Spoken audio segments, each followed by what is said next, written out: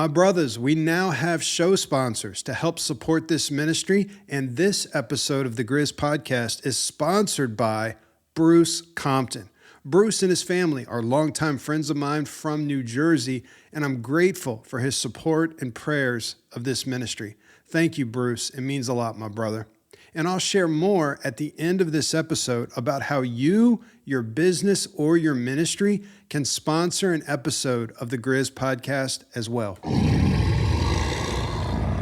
So for those of you who are new to the podcast and may not know this, one of the things I do every week is I lead online recovery and accountability groups for Christian men who are working to overcome their struggle with lust and pornography. And some of these guys are still in the shackles of addiction, but many of them have been free for months, even years, but they still want the guidance, accountability, and brotherhood that helps them stay on the right path. And these groups are called Climb Teams, and you can learn more about them at our website at narrowtrail.com. So this past week, I was listening to a few of the guys in Climb Teams who are only a couple weeks into sobriety, and it reminded me again just how brutal the withdrawal from porn addiction can be. You see, in addiction recovery, withdrawal is the term used to describe the physical and mental symptoms a person experiences when they stop using an addictive substance. And listen to me, porn is an extremely addictive substance. In fact, I've had men in my groups who were former alcoholics and drug addicts. I'm talking cocaine, meth, you name it. They've told me that the hardest addiction they ever had to break was pornography. And listen, when a man stops using it, especially if he's used it for years or even decades, there are very real withdrawal symptoms, but not many people talk about this. And understanding it can actually help men in recovery know what to expect and make sense of what they're experiencing. It helps you realize oh, this is a normal part of withdrawal. My brain is healing. I learned about this. This is eventually going to pass. That can make all the difference. It really helps to know what to expect with withdrawal and how to successfully get through it. So that's where we're going for this episode. The harsh reality of porn withdrawal and some practical things you can do to push through it and come out stronger and godlier on the other side. So here we go.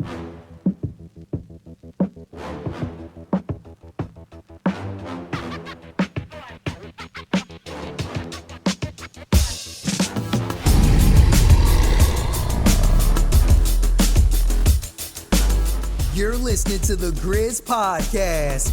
It's gonna be raw, it's gonna be real, and it's gonna be relevant. Now here's your host, Jason George.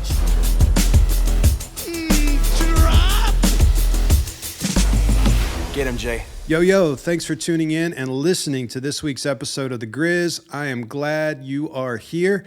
As usual, I'm here in the Grizz cave with my dog Ike. He's in the background, always ready to interrupt my recording.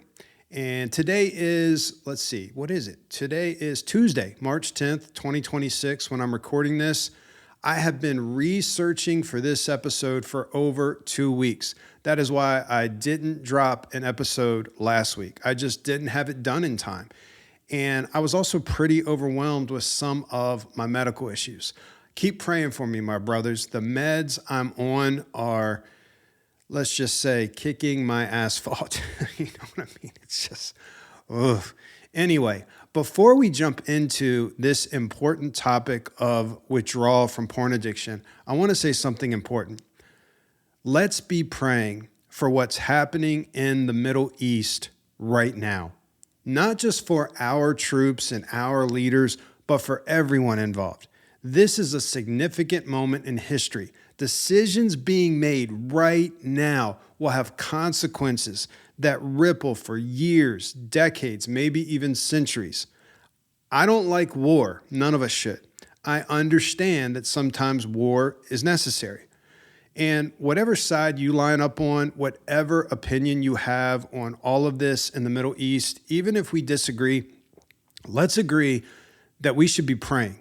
Pray for wisdom for leaders, pray for protection for troops, pray for innocent families that are caught in the middle, pray for peace, and pray for God to use this for good to somehow advance the gospel and his kingdom.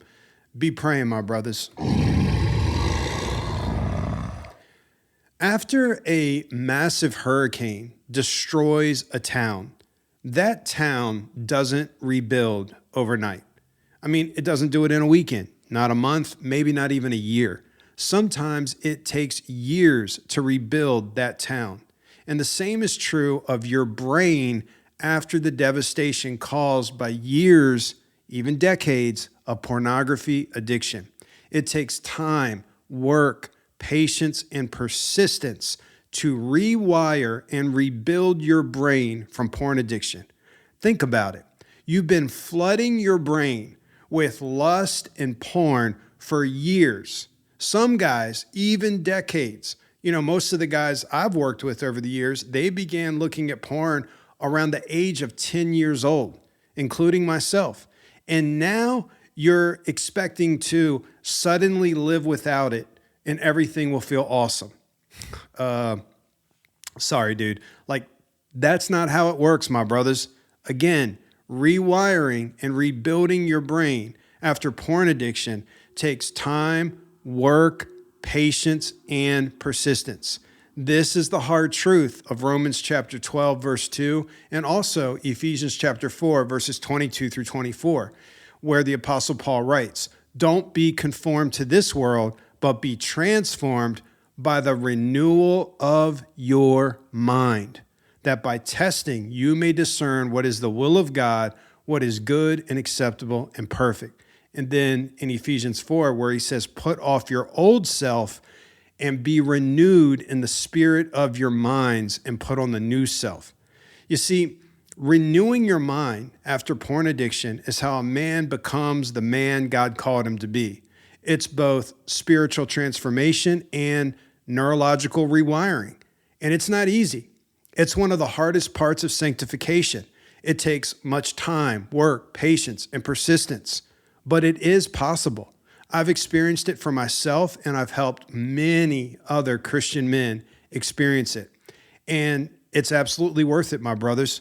So let me start out by briefly explaining what porn addiction actually does to your brain and your body.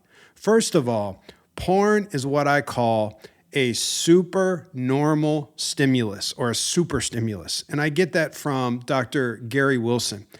He says internet pornography is a supernormal stimulus that hijacks the brain's reward system. Like it's beyond normal. That's what he's saying. It is not a normal stimulus that a man is designed to enjoy within marriage with his wife. Dude, viewing porn creates major dopamine spikes in your brain and body far beyond what natural, real-life intimacy with your wife produces. And this may feel really good at first, but as many of you know, you're going to pay for it in due time. So dopamine, if you don't know, is the motivation and reward chemical in your brain. And it not only feels good, dude, it drives pursuit and it reinforces the behavior that gave you the dopamine spike. So when you repeatedly flood your brain with massive dopamine spikes, like when you watch porn and masturbate, your brain adapts to that super stimulus and it begins to expect that as the norm. Your brain is sent the message that this is the new norm of what life is going to be like with this major flood of dopamine. And that is not good. Your brain's not designed for that. When there's too much dopamine for too long, the brain protects itself by reducing dopamine receptors. This is called downregulation. And fewer receptors means less sensitivity to dopamine. So when there's less sensitivity to dopamine, now you need more stimulation to feel the same effect. This is why porn addiction easily escalates. It takes more frequent use, more graphic material, more novelty, just to get that same dopamine fix that you used to get when you started. Meanwhile, the simple life pleasures don't do much for you anymore. We'll talk more about this a little later in this episode. Gary Wilson explains this in his book, Your Brain on Porn. He says, when dopamine receptors decrease, everyday pleasures lose their impact. The user becomes increasingly dependent on the artificial stimulus.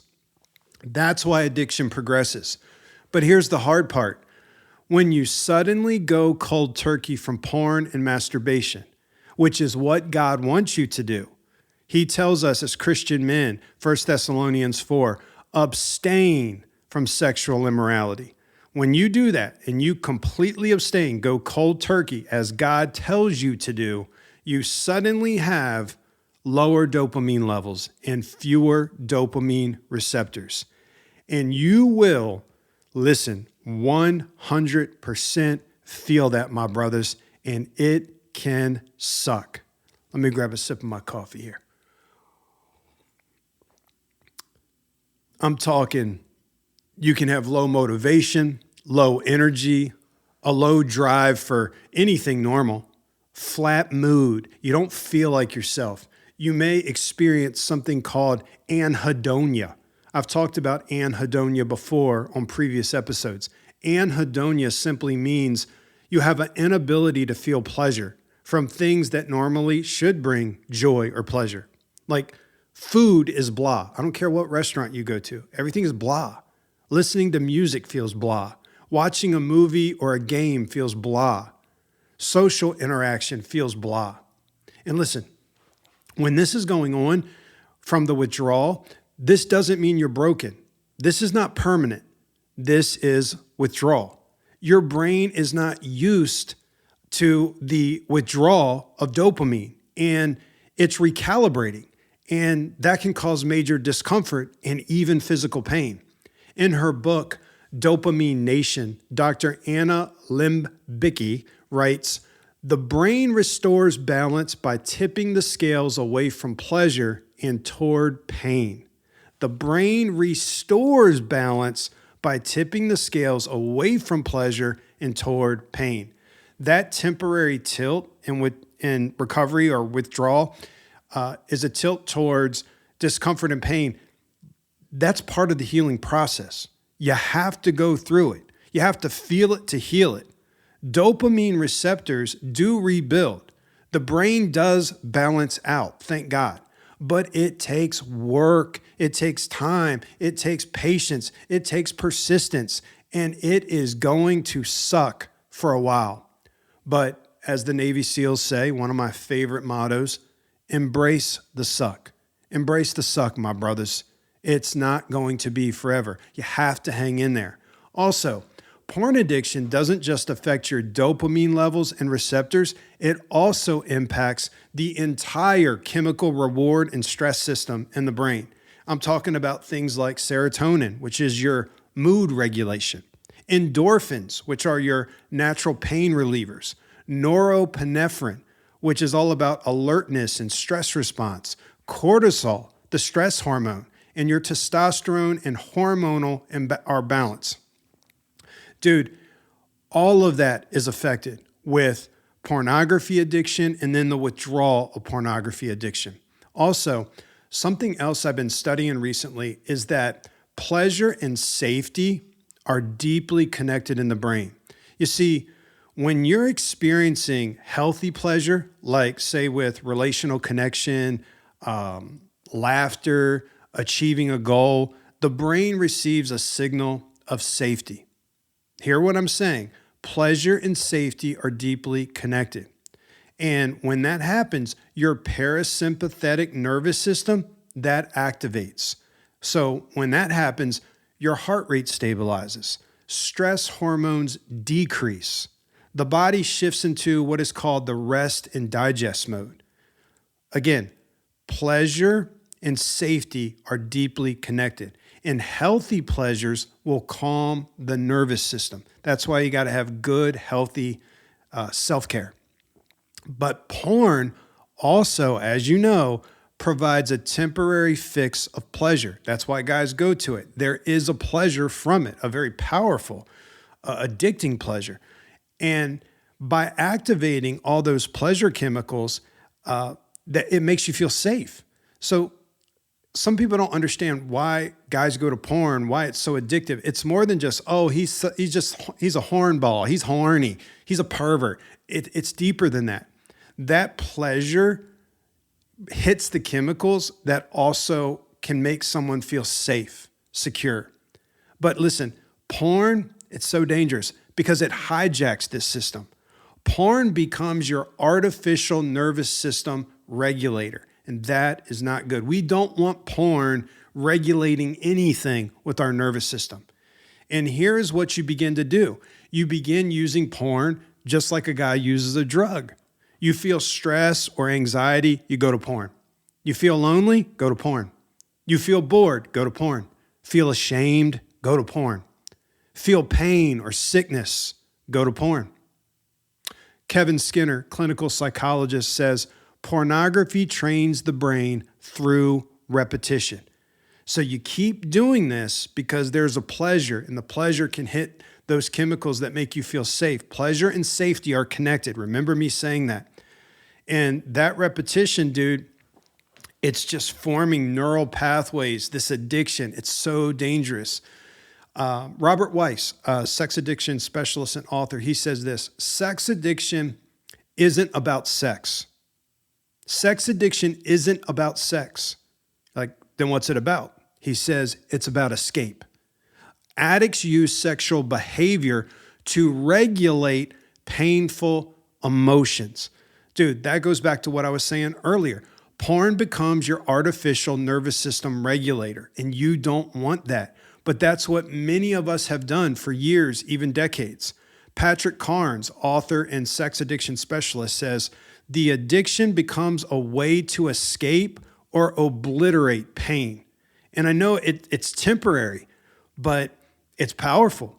And in the moment, it works, but it's causing major damage. Listen, guys, what happens is over time, you're programming your brain that porn brings relief.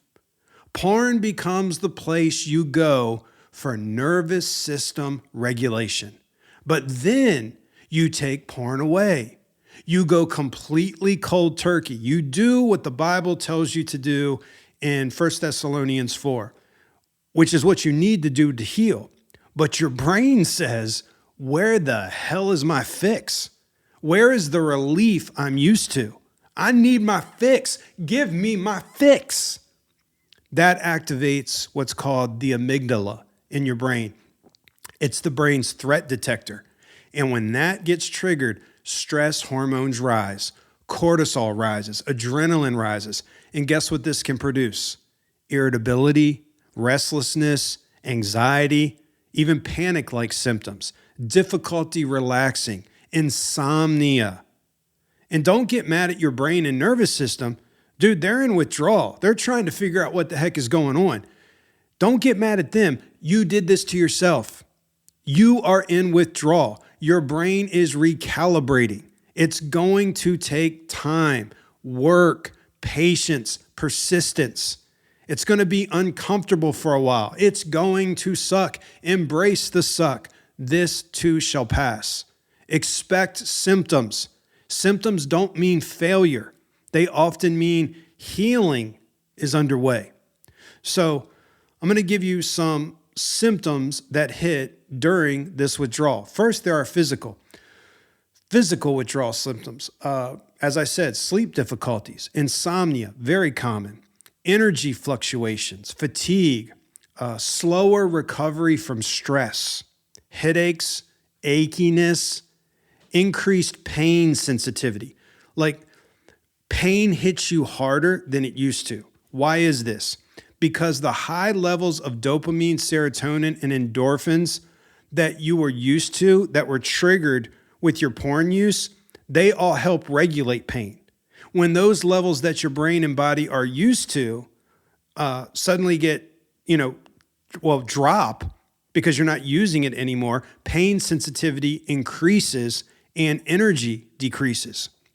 So you may hurt and feel completely blah, no motivation to do anything. Listen, your brain and your nervous system are recalibrating. It will improve. This is withdrawal, my brothers. You may also experience temporary sexual dysfunction, such as difficulty achieving erection without porn.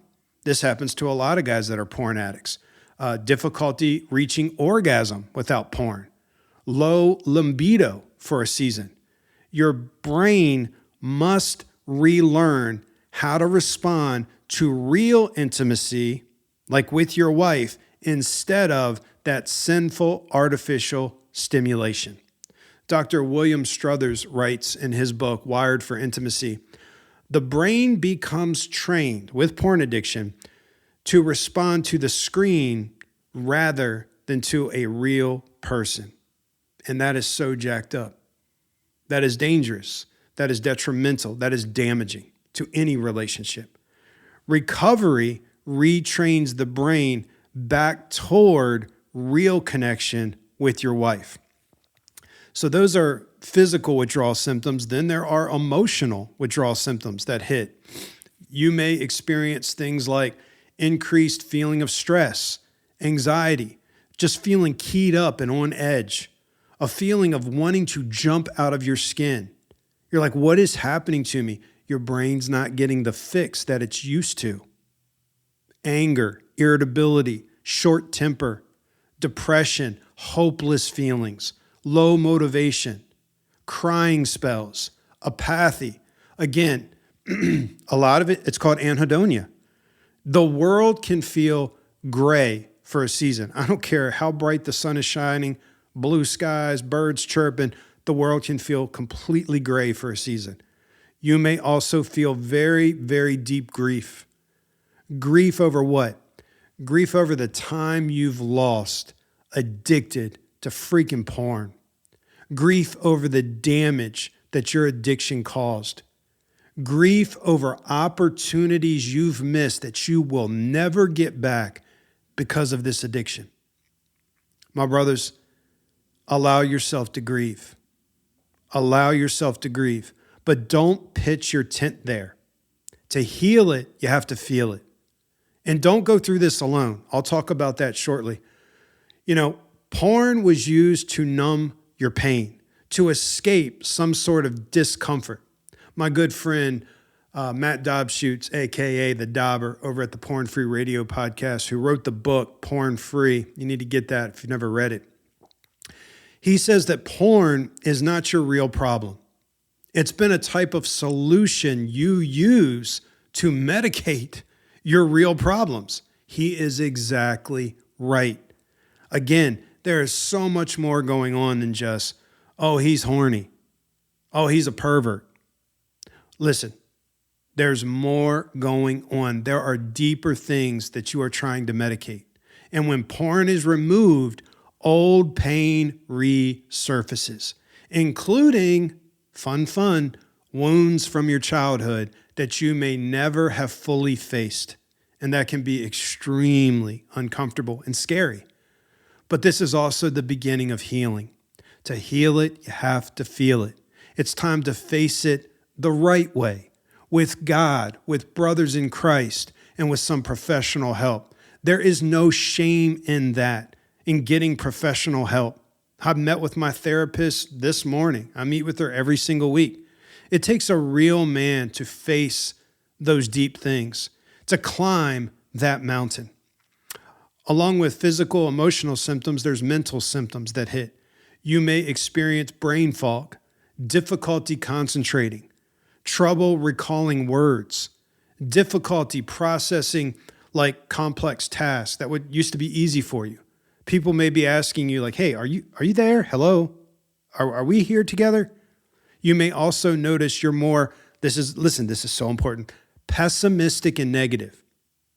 Part of withdrawal, you can become extremely pessimistic and negative. I have seen this with some guys in our climb team recovery groups who every check-in, they continually focus on whatever is going wrong in their life, their health, their marriage, with their kids, with their church, with the world. It's like, good night, dude. Here's what happens. This is fascinating. When we're stressed and going through this withdrawal thing, the brain becomes hyper alert to anything that is wrong. It's a way of trying to protect us. And one expert on addiction recovery that I was listening to, she said that your brain starts looking for vipers instead of bunny rabbits. And guess what? If you obsess looking for vipers in the world, you'll find them and you will completely miss all the bunny rabbits that you walk by. Oh, look at that bunny. You won't even see it. Why? Because you are just obsessed with looking for the vipers. It's weird. It's like if you feel bad, your brain will start searching for confirmation that all of life is bad. And I want you guys to just be aware of that. And you got to zoom out. You got to see the big picture of recovery to know this is what's going on. I'm in withdrawal. And one of the ways you combat it, I'll talk about this later, is practice daily gratitude. That's something I do almost every day. As I get my journal and I just write out, what am I thankful for today? What are the wins today? Are there things that I don't like? Are there things that sucked about today? Are there things that went wrong? Are there losses? Absolutely. But what did go right today, Jason? Like stop, breathe, look around, think, give thanks. We are commanded to do that. But many of us, we suck at that, especially in withdrawal. This process takes time. The brain is reformatting during the withdrawal process. Also, with withdrawal, there could be an increased major sexual craving and desires. Like you get hit with weird things. I hear guys report this all the time. Like, dude, I've got like 3 months sobriety, but I'm all of a sudden having all these sexual dreams. I'm having dreams about me using porn. I'm having just weird, intrusive sexual thoughts out of nowhere. I'm having flashbacks of old past encounters. And you may also notice just an increase in the objectification of women. Any woman that walks by, basically. What's happening here? Your brain is searching for dopamine. It scans the environment for some sort of fix to find relief. When it sees an attractive woman walk by, it may momentarily register, hey, that's potential dopamine right there. And you got to recognize what's happening. Your brain has not been getting its fix with your secret private porn use. Call it what it is, correct it, rewire it. Also, guys, you've got to realize that your years or even decades of porn use trained you to objectify any kind of attractive woman that is in your line of sight. It's like you can't even see them as a normal person. You want to lust after them because that's what porn has trained you to do. And it's very hard to just keep that in your private world. What you do in private will affect you in public. Many men can't look at an attractive woman in the eyes and have a normal conversation with her. Their eyes go all over the place, checking out her breast, her butt, her crotch. And if you think women don't notice you doing that, you're an idiot, man, who knows nothing about women. Trust me, they notice. Well, she shouldn't be dressing like that. Hey, listen, Chucky, maybe so, but you're responsible for you. Stop blaming her and take responsibility for your eyes and your mind. You are the one who made it this difficult for yourself. But the good news, you can renew your mind and change this. It's going to take a lot of work and a lot of time, but you can do it. I tell guys in climb teams, listen, here's a great tactic to use. When you see an attractive woman jogging or working out at the gym and she's in those skin-tight, short yoga shorts that show everything, ask yourself this question. Am I a protector or a predator? And then answer the question. I am a protector. State your identity. And then look away. Go work out in another part of the gym. And what do I mean, a protector? Guys, you have to remember that female you're looking at, that's somebody's daughter. That's someone's daughter. That's someone's wife or someone's future wife. That's someone created in the image of God, whom Christ bled and died for. Yeah, but look at what she's wearing. Listen, look beyond that. She's a person. Someone's daughter, someone's wife or future wife, created in the image of God. Christ bled and died for her. Same is true for the porn star. Listen, this kind of self-talk, predator or protector, it reprograms the brain.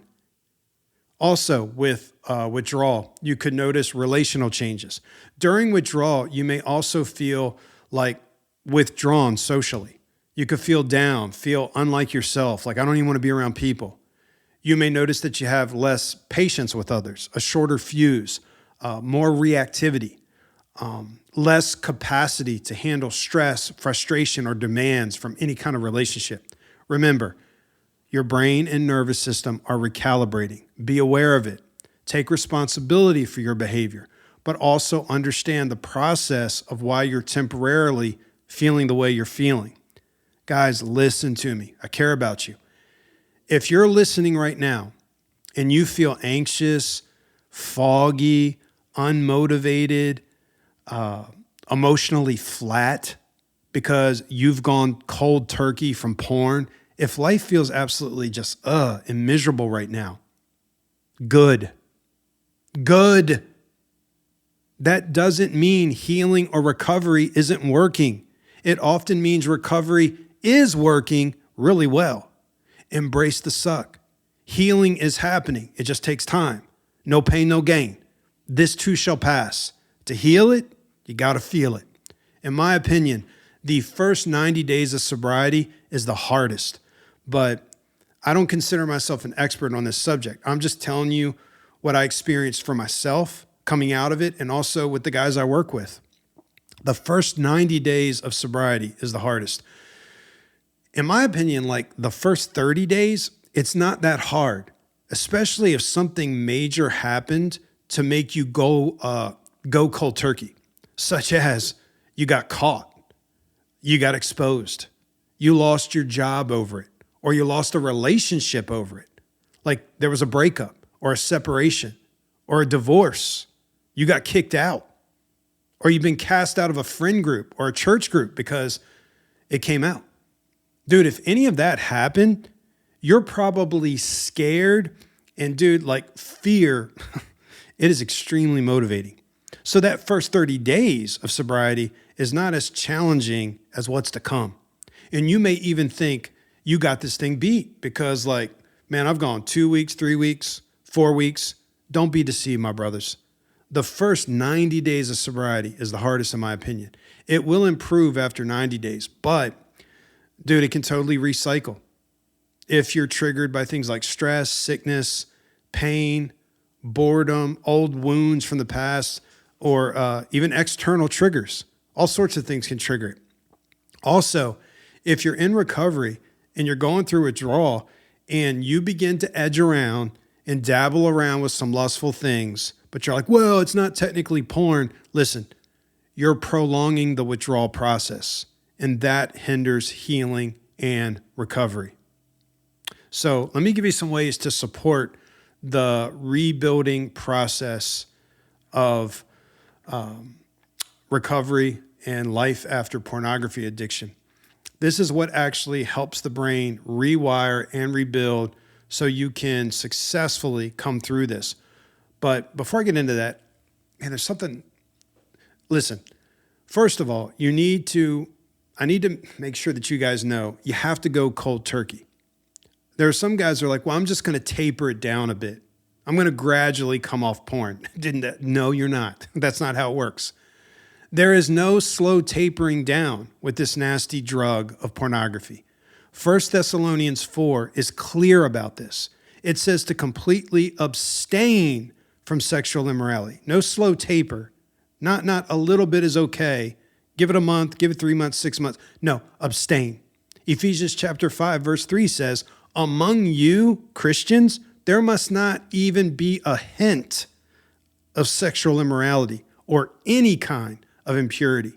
So God is like, dude, you go cold turkey. So here's some physical things you can do. First of all, prioritize sleep. When you're in recovery, prioritize sleep. Improve your sleep hygiene. Again, you may be experiencing insomnia. It's going to suck for a while if you do. Regulate your circadian rhythms. Have a set time to go to bed, a set time to get up. Number 2, eat and drink clean. You're like, what does that have to do with pornography addiction? A lot. If you eat and drink crap, expect to feel like crap. Fried, processed foods, fast food, excessive sugar, sodas, alcohol, it's not helping you recover. You're often just trying to find another fix to dull the pain. And guys, to heal it, you got to feel it. Little things. Choose some rice and chicken with a seltzer water at Chipotle over what's across the street at McDonald's with a Big Mac fries and a Coke. Like, choose healthier. Crap foods will feel good in the moment, but then it brings the yuck feeling afterwards. And what does that remind you of? Been there, done that, right? Not to mention, with that kind of food, you're polluting your body and setting yourself up for heart disease, diabetes, cancer, etc. Number 3, in recovery, move your body. Move your body. I tell guys this every week. I check on them almost every week. How you doing with health and fitness? Many guys, they get it. But there's still guys in my groups that are just like, I haven't done anything this week. They still don't get the connection here. Daily light to moderate exercise helps regulate cortisol. It stabilizes mood, and it supports dopamine recovery. You don't have to become a bodybuilder or a marathon runner or go to CrossFit. I mean, good on you if you do. Light to moderate exercise is what you need. Every day I go for short walks with my dog. Sometimes in the morning, it'll be a half mile. Sometimes at lunchtime, a mile. In the evening, sometimes 2 miles. Sometimes I go to the gym and I just ride a stationary bike at, for a few miles at a normal pace, nothing crazy, light to moderate. You could shoot hoops, you could play pickleball, tennis, chop some wood, move your body, and tell yourself, this is part of my healing. This is part of my recovery. Dude, that can even trigger a whole lot of the feel-good chemicals. There are relational things you can do during recovery. First and foremost, do not isolate during recovery. Nobody recovers in isolation. Don't isolate ever, but except for a period of solitude. Solitude can be good. We all need some of that. Some of us, like myself, can enjoy long periods away from people, but we need daily interaction with God and people. It is especially helpful to be daily interacting with other brothers who are going through recovery with you, even if that's through a group text thread. This is something that is foundational in our online Climb Team recovery groups. You have to stay connected. Connection regulates the nervous system. So calling someone, texting someone, attending church, join a men's group, show up to that men's prayer breakfast, show up to the work day at church, stop by and hang out with a family member or friends. You don't need to say a lot. Even just watching a game or a movie with them is huge. Talk to a therapist. Isolation brings addiction. The opposite of addiction is not sobriety, it's connection. Godly brotherhood is good medicine. Some emotional things you can do for recovery. Have compassion for yourself. Have compassion for yourself. Some guys are way too hard on themselves. Like, you need to be hard on yourself, but you also need to have compassion for yourself. Some days you will feel strong. Some days you will feel weak. Guess what? You're human. Ride the waves. Don't be distressed about your distress. Don't be distressed about your distress. You understand what I'm saying? You're going to feel that way. Just accept it. This is part of recovery. Allow and accept the process of withdrawal and healing. Embrace the suck. Remember the serenity prayer. I said it to myself last week a couple times. God, grant me the serenity to accept the things I cannot change, the courage to change the things I can, and the wisdom to know the difference. Then some cognitive things like you can do to help in recovery is monitor your progress. Track your sobriety days. Track your relapses. Do daily check-ins with your accountability partner, not weekly, daily. That's what we do with climb teams. Work on your inner self-talk. Practice gratitude. Memorize scripture. Remind yourself of your identity in Christ. When tempted, remember to ask yourself, am I a protector or a predator? And answer that question. I am a protector. So much of recovery is talking to yourself in the right way. Reinforce the new identity you are building. And then there's environmental things you need to do in recovery. Install Covenant Eyes Victory Shield on all of your devices. Man, if you don't have Covenant Eyes Victory Shield monitoring all your devices and your kids' devices, man, you're a fool. You need that. Go to Covenant Eyes, sign up, and when you're at checkout, use the promo code GRIZZIN, GRIZZIN, GRIZZIN, to get your first month completely free. I am an affiliate. I'm not going to lie. Like, I get a little kickback from that, just being honest with you. But I personally have used Covenant Eyes for like 2 decades now. It's on both of my computers. It's on my iPhone. There should be no unmonitored devices in your house when you're going through recovery. Avoid triggering environments. Bounce your eyes. Relocate when temptations rise up. Make it harder on yourself to relapse. Put passwords on things like your phone or your TV, if you have to, your smart TV, whatever, that your wife knows or your roommate or whoever. Make it harder to relapse, make it easier to succeed. And then spiritually, some things you can do through recovery. Of course, this is so crucial. Draw close to God. Draw close to God. Every day you got to spend time in His Word and in His prayer. Ask for grace. Ask for strength. Ask for endurance through the pain, through the suck, through the rewiring process. You're going to have to ask for that daily. Practice gratitude daily. Get a journal and start writing out every day, just one page. What did go right today? What am I grateful for? Where did I win today? Where did I win the battle? I don't care if it's at work, with your finances, relationships. Did you talk to one of your kids? I don't know. Did you clean up your yard? What are your wins for the day? Write those out. Listen to good podcasts that keep you focused on God, that help you recovery, that motivate and encourage you. Like, I know a good one, you know what I'm saying? And get in a good gospel-centered recovery group with other Christian brothers. I also know a good one of those. So, guys, be patient with yourself. Your brain is healing. Your body is adjusting to life without that super stimulus of dopamine. God is shaping you into a new man from the inside out. Remember, after a hurricane destroys a town, rebuilding takes time. The same is true for your brain. Some days you're going to feel strong. Some days you will feel God-awful. This too shall pass. You are not broken. You are rebuilding. Hang in there and never stop climbing. Hey, stay tuned for a few closing items of Grizz Biz.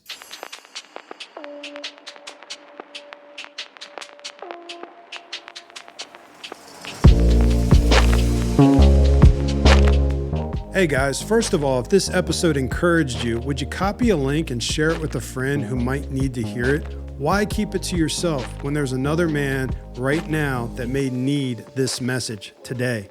And if God has used this podcast in your life, if you've been listening for months or even years and it's helped you, don't just be a consumer, contribute.